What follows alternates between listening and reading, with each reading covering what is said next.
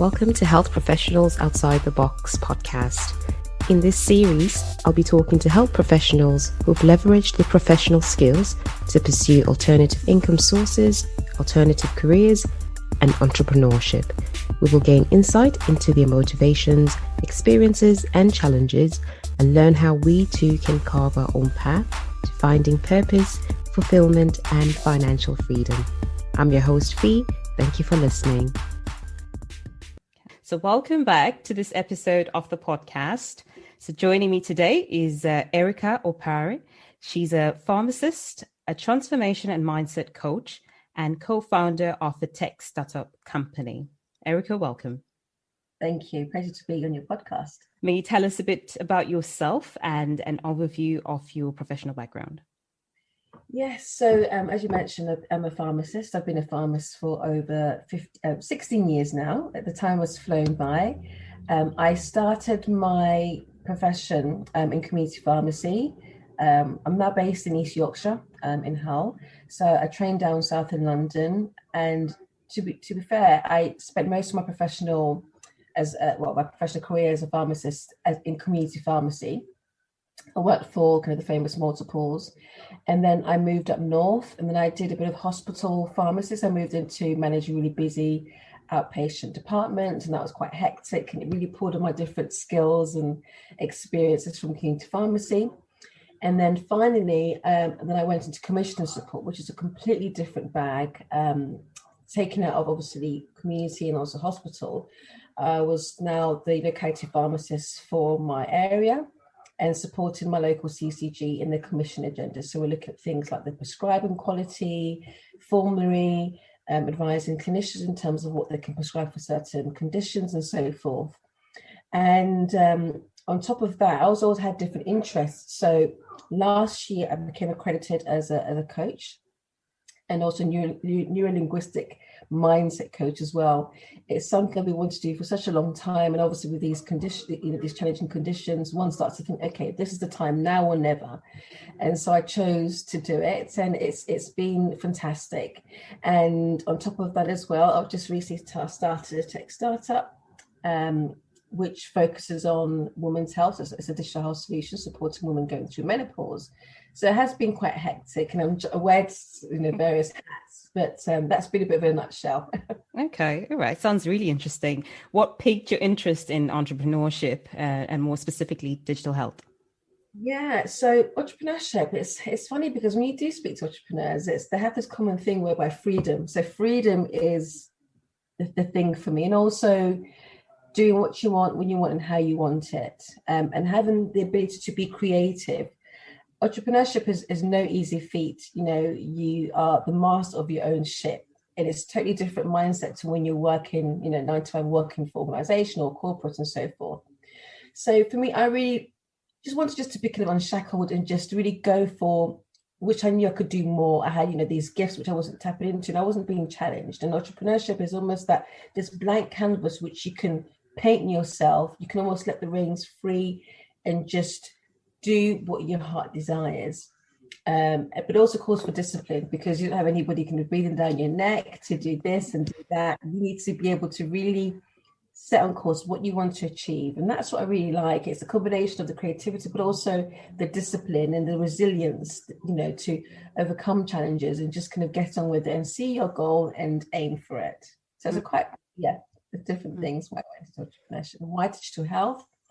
Well, in my previous role, I used to do a lot of data, and what data actually helps you to do is it helps you to be able to look at the data and design services or redesign services, so you can see certain areas which maybe put for example, I gave you that my previous role, commission support, we used to look at prescribing data, and I was managing this project in terms of opiate prescribing. So certain areas had really high levels of opiate prescribing, and the data reflected that. So one thing that tech enables you to do is for you to be able to create that narrative and also create services to serve, first of all, to offer support to the clinicians that are prescribing these opiates, but also to provide services to also support the patients that are the recipients of these type of medication, because not just the pain, it's also the mental health and other determinants, which I'm sure in your line of work, for physio intensive pain, it's not just kind of the physical pain, but there's also maybe other things as well that are at play in the background. Tech has it as an immense potential to, the reach is it's so vast. You can make massive impact in just by enabling certain services. And obviously this challenge, the situation which we're in now has enabled tech to really transform care, improve care, and improve access to care. And that's been the key for me. So my passion is always to make that impact, and tech gives you the ability to be able to, widen your reach and reach more people. We'll speak more about that actually, and some of our experiences as physios regarding telehealth systems. So are you currently working as a pharmacist still? I am, yes. So I do locum once a month, every 4 to 6 weeks. I do like the patient contact. So I tend to locum at my local community pharmacy. So I still do that. Okay, so you're locuming ad hoc once a month. And what do you spend majority of your time doing? Is it focused on your business? Yeah, so with my coaching business, also the tech startup, and also do a bit of consulting because I used to work in commissioning health. So one project which I'm working on is looking at the quality of prescribing with opiates. That's a project which I've been running for some time. The idea was to run for a year, so I'm just doing a bit of consulting on that as well. So just kind of split in different place, but the majority of my time really I'm just wanting to focus on getting this tech startup off the ground. So for those that are interested and are not too sure what digital health or health technology is, can you just describe or explain to us what it is? Yeah, so pretty much I'm not kind of a typical techie. So the way I would define it is that a health service whereby it's digitized. So there are so many different forms of what a digital health service is. It's pretty much, even electronic records is a form of digital health. It's a way you can deliver care, but in a digital format. So, for example, if remote monitoring of patients, that's a form of digital health. It's almost the bridge between healthcare and delivering it to patients. And tech is the enabler of being able to deliver a healthcare service or product. Did you have to take any additional training or any courses to enter that space? Yeah, so as I said, my background is in healthcare, so I did a lot of online courses in regards to the basics of digital health. You've got a plethora of them online, just for me just to get the basic understanding. So I don't have the technical skills, I can't code, I'm not a developer and so forth. I come from healthcare, so I understand the healthcare infrastructure and perhaps the gaps that I know that perhaps could work, which are less service.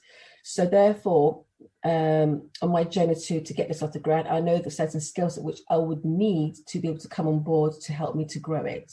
So I won't be able to do all the things associated with the technical person. I understand obviously what my skill set lies, which is also in the healthcare and obviously based on my experience as a pharmacist. But the hard skills in terms of developing software, app developing, all these kind of things, I don't have that. And it's not something that I really want to be able to learn, because you can always outsource that to other individuals. Oh, so you don't have to be a tech whiz then to go into... No. And that's one of the misconceptions. That's something I battled for a long time when I wanted to transition. Yeah. Okay. All right. And so may you tell us about a bit more about the company that you've helped to start up?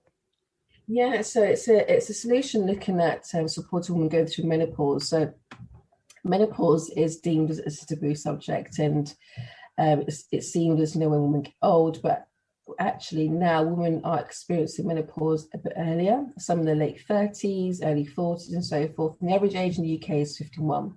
So now there's a lot of startups coming into the menopause space, which are, for example, apps to help women track their symptoms, to educational platforms for them to be aware of what type of symptoms they experience and where to access support. So my tech solution will be looking to, first of all, to provide a platform whereby women can discuss their symptoms, and also like a community, because a lot of women that I've been speaking to that are menopausal or perimenopausal, which is the phase before you get into menopause, there's a lack of awareness in terms of how a woman knows when they approach menopause, because there are over 30 symptoms and it's so vast. And a lot of women say when they present to their GPs, it's unfortunate, a lot of them, we don't know they're going to menopause. They get fobbed off and say, come back in several months' time when you have more symptoms to report and so forth. So a lot of women tend to be kind of pushed away, and they have a lack of support. So my tech solutions look at ways we can inform women so they know really what's going on with their own bodies. And that's something that, women's health is a vast area, which you need to be more aware of. And what ways in terms of nutrition and exercise we can take to be able to prepare ourselves entering into that phase. Sounds like an information service. Is that what it will be? Yeah, initially, yes. So it will be in a digital format whereby we'll be a platform based where women can access. But there'll also be other additional bolt-ons as well, which I'll be developing or iterating as I know how it's being used. Right. Okay. And products, are you also considering that as well? Yeah, that'll be in the future. I have a roadmap of how, when I start, because part of the tech and usability studies is that you start with the basic version, which they call an MVP, which is a minimal viable product, and then you start iterating to kind of you're co-working with your users so they can be using it and you're tweaking it and it's making it better and so forth. So you never start with the perfect product. You start with the minimal product and then you just keep it until it gets to a place where it's fully functioning. So I know a lot of physio clinics at the moment are integrating telehealth systems into their practices, and more so during the pandemic. The main challenge that I hear physios talk about is around getting patients or clients to engage with the system. Most patients have expressed to me that remote or virtual physiotherapy doesn't provide enough value for their money. It's not effective at improving their conditions, and they feel that they prefer face-to-face treatment. So with the startup that you founded, how are you looking at improving maybe engagement from the women that you are, considering serving? Yeah, that's a really good question. Also a really good point that you raise, because, we are designed for connection, it's nice to be able to have these services remotely. And this is something that I wanted to get a lot of insights from speaking to potential users, that what is it they really want from a tech product, because there's no way can it replace a human being, from that relationship, and COVID has showed that. So one thing they really value is, first of all, community. And what I mean by that is that having that common purpose. What is it that we want to learn? What do we want to gain from this community? And one thing they keep on saying is that we want somewhere where we can speak about our experiences, and almost, is it just me? When you have, more women speaking about their symptoms, what they experience, and what products and services they've access to help with their situation, it's almost like that common support, that sisterhood. So it doesn't necessarily have to be in person to do it. That'd be fantastic. You can have cafes where dies down. That can happen, but for now, it's that connectivity, and sometimes even video callings. I don't know with regards to telehealth services. There are also video conference and all. I don't know if there's video physio that. Oh yes, there is. Yeah. So with regards to the tech innovation which I'm building on, the video conferencing or tele aspect is not something that the women have been saying they actually want. They like, in terms of the text, the talking online, and also specific. They want evidence-based content which they can also apply to their situation, just to be able to find out, okay, what I'm going through, is it normal or is it part of this phase? Because as I said, there's over 30 symptoms associated with menopause. A lot of women just don't know. They're just not aware of it. Goodness, I wasn't aware either that there are 30 symptoms. Over 30, and one of I'd say the ones that are less talked about is the mental health, the anxiety, the depression, the low mood, not being able to sleep very well, panic attacks. That's not something that, that's kind of the extreme end, but it's also quite common. So one would tend to present to the GP feeling quite anxious, not knowing why. It's just not have that history. So if the GP is not inclined, or a women's health specialist, to think, okay, this woman maybe is in their mid-40s, so she may be perimenopause. So that's the phase before you get into menopause. Rather than just fobbing off an antidepressant, you would be thinking, just get a little more of a detailed history in terms of how your periods are like, what's been going on, that sort of thing. Just trying to establish, could this woman be in perimenopause? But most often, from a lot of the stories which I've had, is that line of questions is not really asked. It's just, oh yeah, there's a piece, it's a leaflet, you're depressed sort of thing, I prescribe you this. And if the woman is not informed, it doesn't know to be aware of the certain changes which could be approached, and then it can cause all sorts of issues. Definitely. I hear the market for female-focused health technology products is growing. What do you think? Yeah, what do you think are some of the main drivers of it? It's booming. Women's health is it's a vast area, and I think, it's quite sad because a lot of women don't really understand the the depths of their own health. So we look at, to say, for example, menstrual health, and if you think about fertility and so forth, a lot of women are having children later. So in the kind of late 30s, or maybe kind of mid to late 30s. Before, it was never like that. It was more the early 20s. My mum had me when she was in the early 20s. So I guess that time when hormones are not really fluctuating as much. So when there are early problems, then women will seek to, okay, what's happening? Let me go and do tests, and let me go and seek support. So it's more the kind of reactive rather than be preventative. I think the reason why it's booming, because women now want to be in a position of empowerment. They want to be informed. They want to take charge, ownership of their own health. So it's almost prevention rather than really kind of reacting when things are at the stage where they're trying for a baby, or they're having certain, health issues, which they don't want to then be kind of suffering and kind of a never-ending slope, so to speak. So there's a real potential there, because women are, I guess, more women are working now, the economy is changing, and I think there's just a general interest in providing innovative solutions. So one innovative solution which I recently read about was a breath test for ovulation. So normally when you think of, to detect carbon monoxide, so carbon dioxide, because apparently when you're ovulating, there are slight changes in the amount of carbon dioxide which you actually exhale. So, and this is fantastic, because before, a stick, and then you see if you're ovulating, or and so forth, or even a temperature test. Mm-hmm. Yeah, pretty much, isn't it? But there's all these amazing innovations coming on the market. We just grabbed at that, because first of all, it's just a breath test rather than going in and peeing and so forth. So yeah. Interesting. But what do you think, from your sort of pharmacist role, what skills have you been able to transfer that have added value to what you're currently doing? Yeah, so being a pharmacist, you need to have extreme attention to detail, depending on what sector. So being in community pharmacy, you're dealing with people's medications, you're clinical checking prescriptions, so you really can't be making mistakes. Because mistakes is just not something that you of course, we're humans, but you don't want to be in a position where you give the wrong medication, because the consequences are not great.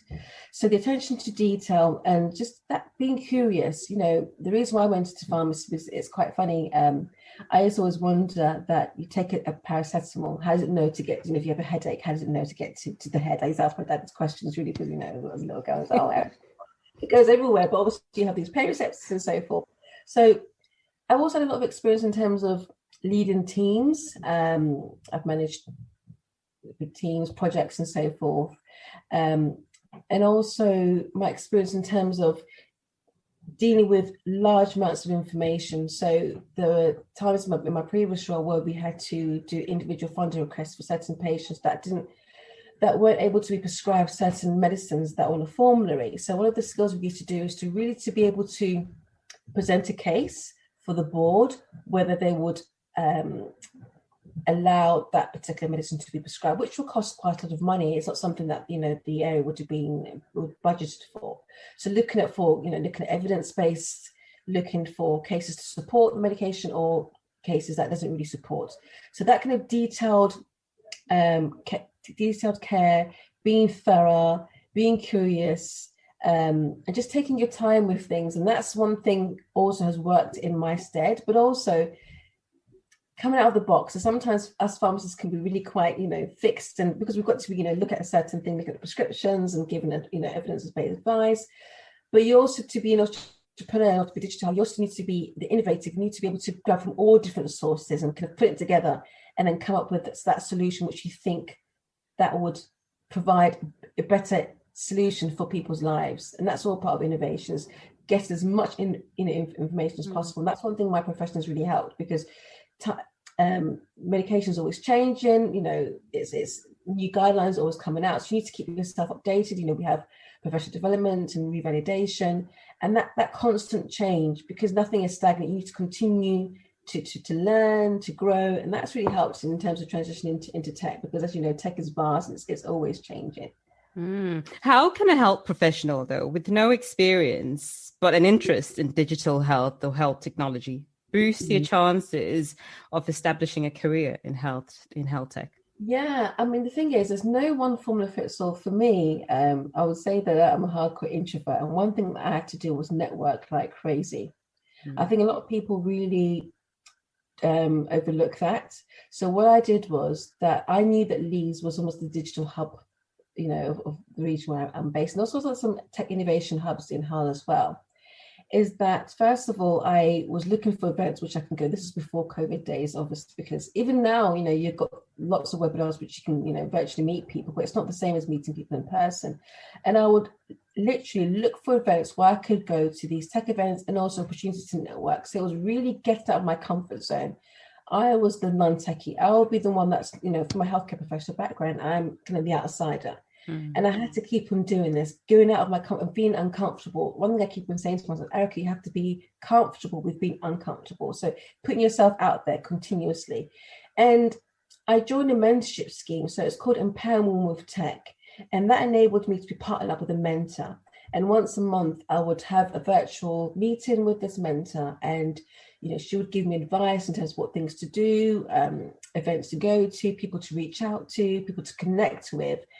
And that enabled me to have conversations with people, just to pick their brains as to how they got into tech. Because a lot of people think to get into tech, you need to be able to have these skills. And actually, you find some people don't have the tech skills. They're in certain positions because their past experience, they've been able to transfer their experience and skills to that position to be able to lead teams. So you need to find out what it is in tech, because tech is a very vast area. What is it within tech that really excites you?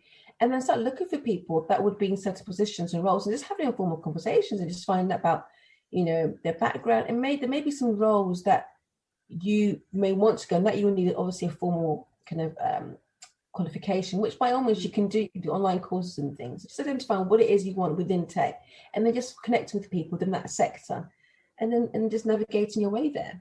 I suppose like LinkedIn is a good resource as well, isn't it? Where you can just connect with other health tech groups.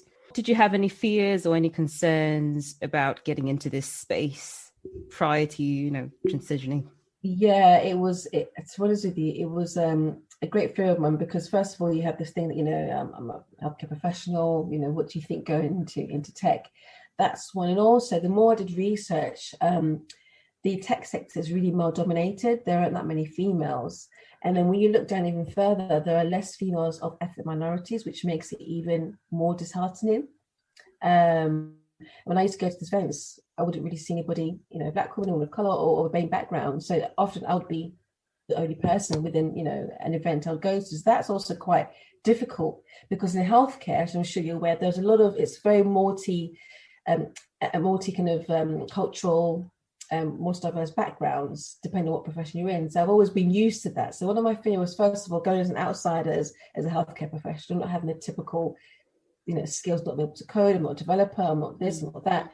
But also as well as going as a woman, because women are also kind of less, and also as an ethnic minority, and not really knowing anybody within the tech sector that I could just have an informal conversation with. So I had to almost go where I've never been before. And that was really scary, because this is something that I'm wanting to do, but I've never done before.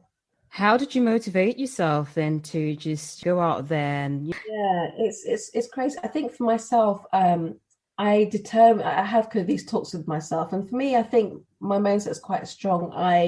When I really am determined for something, I do it. So on one occasion, I remember it was 2 years ago, we had really heavy snow, and there was an event. It was in Bradford.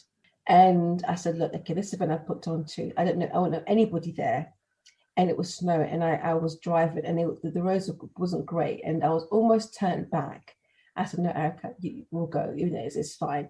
When I got there, I got lost, and I met with this lady who was also lost. So then anyway, long story short, this lady, she's called Nicola Tiffany, and she's been amazing in my journey into tech. So I connected with her because I met her at this event. So Brendan might not know anybody there. I'm a firm believer of kind of fate. When you step out in the unknown, the universe always somehow, connects you with the right experience and people. So then I reached out to her. She gave me so much advice, introduced me to so many different people, that then I was then able to kind of build off that and build my networks. And it's been one thing after another. So it's almost like taking that leap out in faith. Mm-hmm. I almost turned back from going to that event in Bradford, and now I thank God I went, because just do it already. Look at the doors that opened after that. Amazing. Yeah, So yeah. you are a transformation coach yourself, aren't you? So what change do you clients expect to see when they come to you? Yeah. So one of the reasons why I kind of answer your question in a roundabout way, the reason why I actually became a coach is because my mum passed away 4 years ago, and that was a real traumatic event for me. It was really difficult. I was pregnant with my second child, and as traumatic as that event was, it made me realize that, we only live once, and if there's something you really want to do, you must find something within yourself to go for it and do it.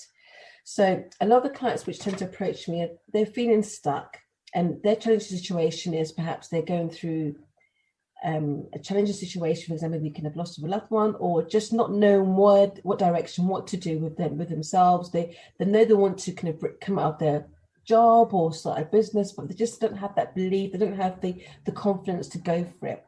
So the reason I say transformation is pretty much letting go of the old and just continue with the new, because life is a process of learning. And I always say to myself, transformation is not an event, it's a process. You set your goal, and when you get to the goal, then what? It's what you learn from getting from A to B is what's the most important. So what they tend to expect from me is you have to get to the stage you actually want to change. A lot of people say they want to change, they want to do this, but really they're not at that place of not being happy with where they are enough to warrant a change from where they are to where they want to be. So I really almost qualify my clients. Is this something you really want? How much do you want to change your current circumstances? And it's almost belief engineering. A lot of us, sometimes we don't have the self-belief and the self-confidence, also self-love, that we can go for what we want. We can achieve anything as much as we believe, as airy, fairy in the clouds as it is. But really it comes down to that. You wouldn't do something unless you had the self-belief that you could do it. And sometimes we go through past experiences where it may knock our confidence and self-belief. So part of the work that I do is really using certain tools and modalities to empower my clients to have that belief and confidence.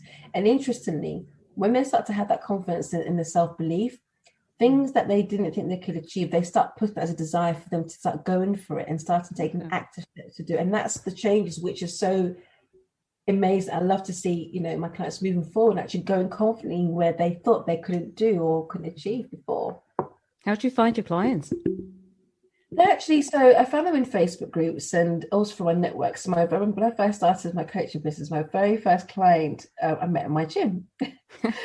Yeah, when it was open. She was saying that, so she was a healthcare professional as well. She was a nurse, and she was becoming a bit disillusioned. And she said, I really want to start my business. I want to start a business in terms of kind of doing a bit of coaching, which you're doing. And I said, what?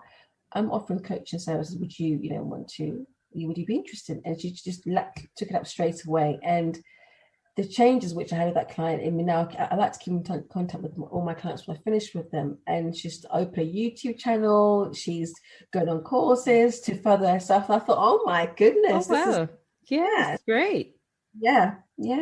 Do you have a mentor? I have various. I have several. Do you? What key attributes do you think people should look out for in a mentor? I think first of all, it depends what you really want out of it. You've got to know what you want out of the relationship. So, and also different mentors serve different purposes. So for me, it's about that being at ease with the person. So you need to be comfortable with your mentor. And also the mentors which I pick are, for example, it's in my professional career, way ahead where I would want to get to.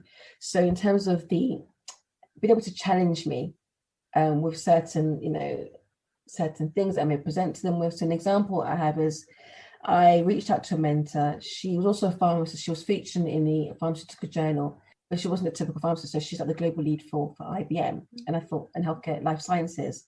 And what really inspired me is that I thought, wow, she's not doing the typical thing that a pharmacist would do. So I reached out to her, and I found that we were very similar in our temperament. So one thing that I value is that, of course, I want them to think differently to me and also be challenged, but also we've got to be able to get on. We've got to have that almost chemistry whereby I can be free to be myself and also be open, and vice versa. She should be able to free to speak into my life or speak to me about a certain thing which I bring to her to address. And do you meet on a regular basis?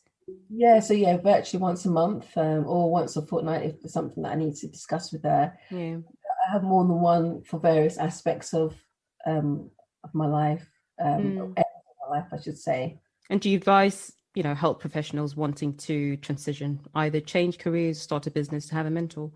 For sure. Mentor and also coaches. I think it's always, you can never achieve anything alone. I think successful people, depending on how you define success, is never achieved in isolation.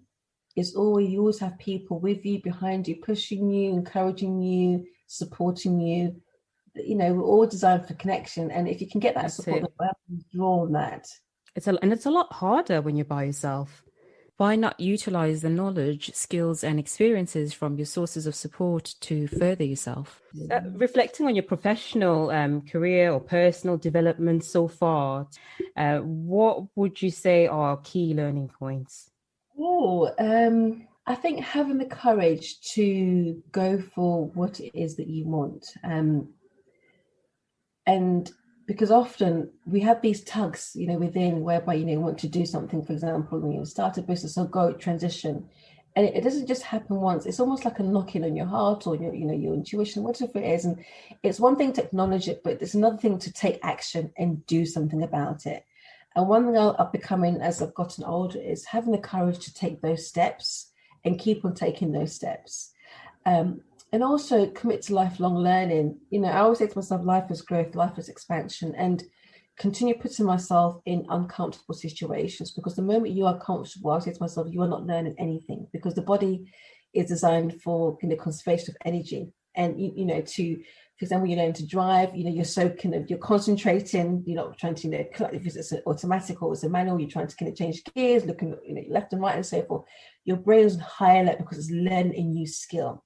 The moment you learn, it goes to subconscious, so it all becomes automatic, and you need to keep on challenging yourself. And for me, one thing that I would say that I've really learned, or when I've grown professionally, is when I put myself in different environments. That's when I've been able to grow professionally. And when I've been in the same environment, I haven't been challenged much, that hasn't done well for me in my professional career. So that's one thing that I would say, just committing to lifelong learning and challenging myself. Mm-hmm.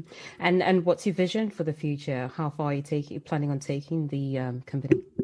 Yeah, so I'm in the early stages now, and the idea is to deliver services, in Europe and across other continents, in Africa. Obviously, I originate from West Africa and Ghana, and just to be able to also to be doing other things, or not just within tech, but also public speaking more, really encouraging people and empowering people to go for their dreams, because there's a lot of people that you tend to meet that just want to play it safe, don't have the courage to step out of their comfort zone, because we only live once. I think once you are living that fulfilled life, somebody else sees that and they also want to pursue their dreams as well. I always say it's a cascade effect. And together we all lift everybody, we all kind of move forward, and it becomes very progressive. So that's what I see. Just really, share more of my purpose is to really inspire and empower as many people as I can with my businesses, hopefully to open more of them in this business, and also just to be able to inspire and empower the younger generations that are coming up. Okay. Yeah. Do you have any speaking engagements booked this year? Yeah, actually. So one thing that I do is regularly, I do webinars for my local church. So I teach the women's fellowship, and I'm also connected with my professional body. So it's the Royal Pharmacist Society of Great Britain. They'll host some events in diversity and inclusion. So I'm looking to be part of that as well. Also connected with a Pharmacist student group that have also invited me to be part of their some of their projects. So so that's part of kind of seeing how things unfold. It's always been a passion of mine to be able just to kind of encourage people, inspire people as much as possible. That sounds really great. And how do you relax though with all of this going on? My gym was closed. I used to love to relax. So what I've been doing now has been going for long early morning walks. I do have a gym actually at home, but it's it's my garage. So the treadmill and all the weights and things. But I like to kind of get outdoors. So I like to walk. I like to read. I also wake up really early, so I'm really a spiritual person as well. So I like to do meditation and reading spiritual literature and all different things, novels and fiction, non-fiction. Listen to music and play with my children. So I've got 2 young children as well. So I like to play with them. They just make me kind of feel like a child again. Yeah, so that's what I do. Oh, well, listen, thank you so much for sharing your experiences with us. It's been very useful and insightful. Where can people connect with you if they wanted to know more about what you do? Oh, it's been a pleasure being on your podcast. Thank you for inviting me. So you find me on LinkedIn. I'm connected with LinkedIn. I'm also on Instagram. That's more for my coaching account. You also find me on Facebook as well, if you want to connect with me there. How can people connect with you on Instagram? What's your handle? Yeah, so it's Try Transform. That's the name of my coaching business called Try Transformation Coaching. You can find me on LinkedIn. The name Erica Opare, as an Opare. And Facebook, again, Erica Opare. I'm there as well. Great stuff. Well, thank you very much. Thank you for having me. Thank you for listening to this episode. If you like the podcast, please subscribe, rate it, and review it on iTunes, as this can help others find it. If you'd like updates on the podcast, you can follow the pages on Instagram or Facebook by searching for Well Restorer. If you have any questions or would like to give some feedback, you can send an email to info@wellrestorer.co.uk. Thanks once again. Take care.